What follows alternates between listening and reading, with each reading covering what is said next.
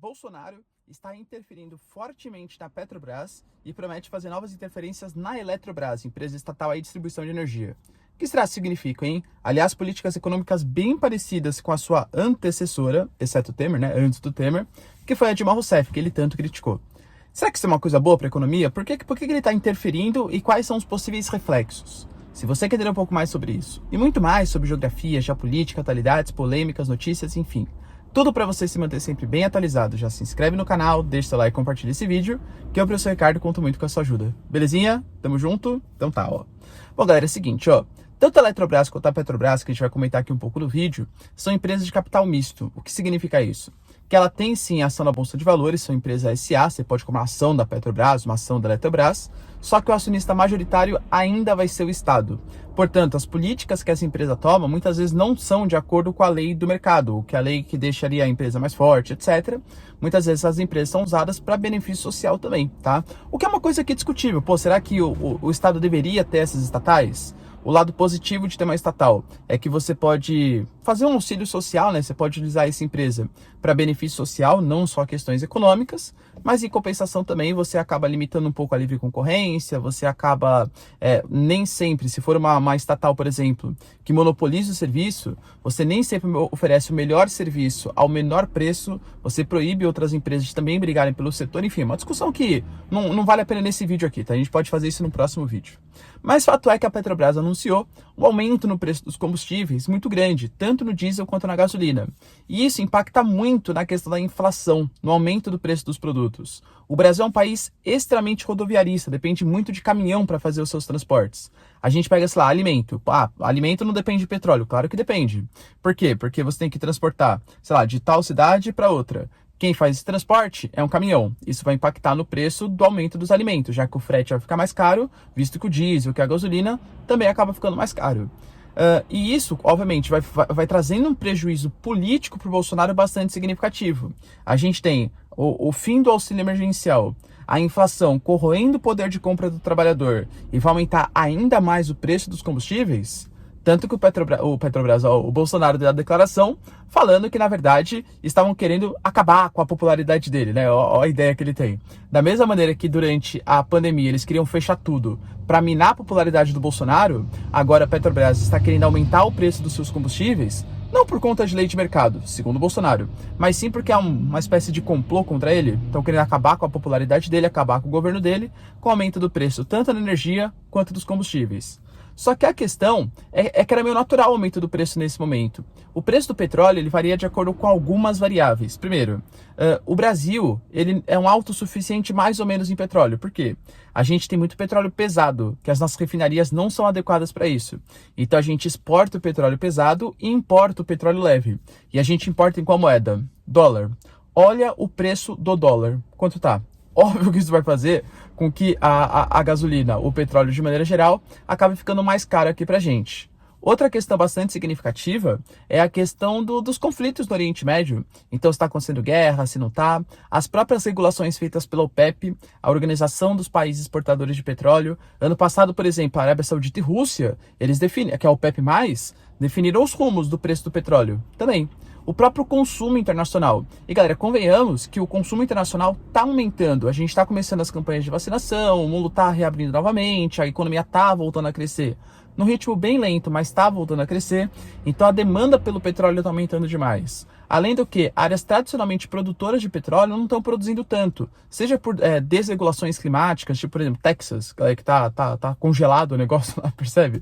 Então, várias coisas acontecendo ao mesmo tempo faz com que isso tenha impacto no preço do petróleo. E como a Petrobras, desde o governo Temer principalmente, ela tem uma política de preços que varia de acordo com a lei do mercado internacional, que é uma coisa que agradou os investidores, fez a Petrobras crescer novamente, sair do rumo que estava.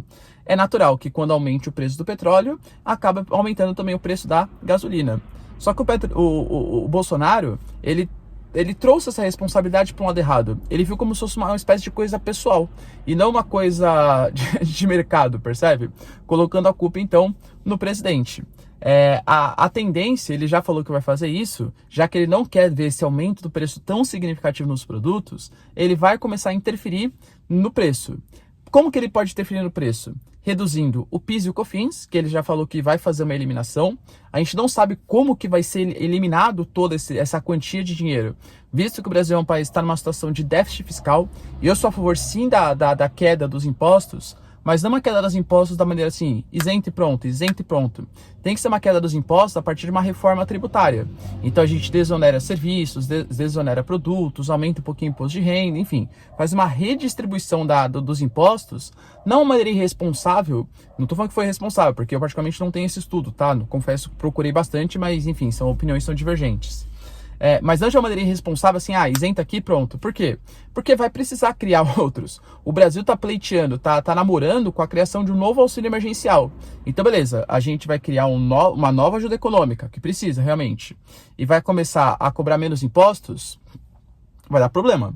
O governo vai ser obrigado a imprimir dinheiro, vai ser obrigado a gerar inflação. E a inflação, todo mundo acaba ficando mais pobre, percebe? É só uma medida populista a curto prazo para fingir que as coisas estão tudo ok, tá? Então, ou ele pode vir na redução dos impostos que ele está fazendo, ou aparentemente usando o caixa da Petrobras. E é para isso que ele trocou o presidente. É a mesma política que a Dilma fazia. O petróleo está muito alto, a gente precisa dar um jeito de isso não ser revertido para a população, porque senão vai gerar inflação, queda de popularidade e tal. Usa o caixa da empresa, vai subsidiando aí. A empresa vai trabalhando no prejuízo, até a gente conseguir ter um preço sustentável novamente. Estima-se que a Petrobras perdeu cerca de 100 bilhões de reais à época com essa política de preços que a Dilma fez. E o Bolsonaro está tendendo a fazer exatamente a mesma coisa, o que é bastante problemático para a confiança do Brasil em investimentos estrangeiros. Na Petrobras, então, nem se fala. O índice Bovespa, que é composto grande parte pela Petrobras, acabou sentindo bastante. Só que o Bolsonaro não parou na Petrobras. Ele foi para a Eletrobras também, que é a empresa a empresa estatal, né, de energia do Brasil.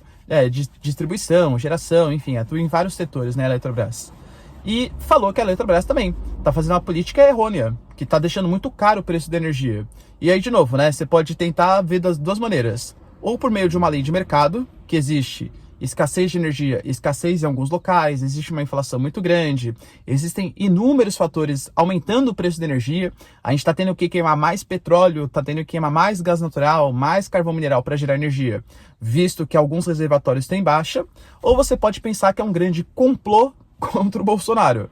Convenhamos que a primeira opção me parece muito mais lógica, né? Tanto de mercado, politicamente, etc. E ele já falou que também vai fazer uma nova interferência. Como que vai ser essa interferência? Eu realmente não sei, tá? Mas muito possivelmente vai ser anunciado um programa de redução das tarifas. Só que a gente tem que lembrar que já vai ter uma redução das tarifas por conta de uma decisão que teve do STF. Exatamente. Durante o período de tempo, até 2017, se não me engano, enfim, tá? Acabou se cobrando PIS e COFINS do que era cobrado do ICMS. E aí o STF considerou isso inconstitucional e falou que vai ter que devolver. A ANEEL vai ter que devolver a nossa energia, né? Vai ter que devolver o preço da energia para os consumidores. Isso possivelmente vai ser uma das reduções dos tributos do preço da energia elétrica. O Bolsonaro vai forçar que isso seja feito em curtíssimo prazo para que não aumente o preço da energia. E possivelmente isso pode ser feito com mais dinheiro que vai ser dado para a Eletrobras na forma de subsídios. Só que, de novo, nossa, professor, como ele é bonzinho, ele tá dando dinheiro para abaixar o preço da energia. Cara, não é ele que dá dinheiro. Da onde que vem o dinheiro que ele tá dando? Da população. Então, ou ele vai dar isso criando outros impostos, ou se não tiver dinheiro, ele vai ser obrigado a imprimir dinheiro. Se ele imprimir dinheiro, isso gera inflação, deixando todo mundo mais pobre. Ou seja, parece uma medida legal a curto prazo.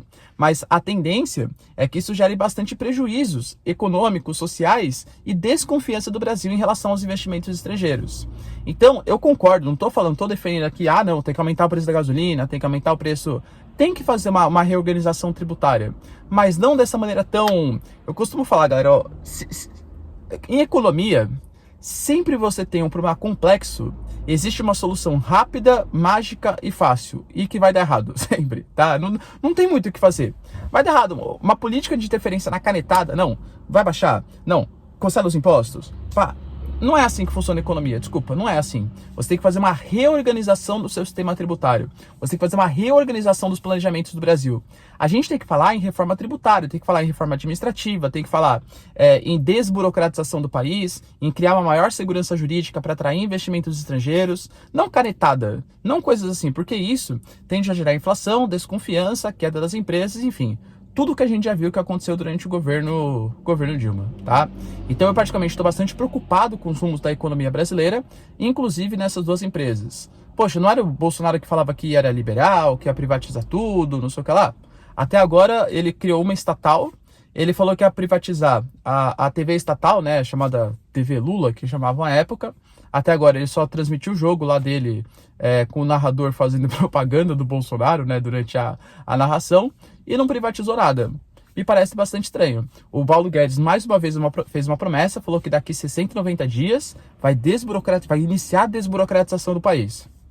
E a gente está acompanhando, né? O Paulo Guedes falou que ia privatizar 4 empresas há 3 meses, faz isso, sei lá, 1 ano e pouco, até agora não foi nada. Enfim, é complicado confiar na política brasileira, né? Enfim. Entenderam, galera, toda essa questão? O que vocês acham? Tem que interferir mesmo no preço da Petrobras e da energia da Eletrobras? Deixa aí nos comentários, quero saber a sua opinião. No mais, galera, beijos, abraços, tchau e até o próximo vídeo. Falou!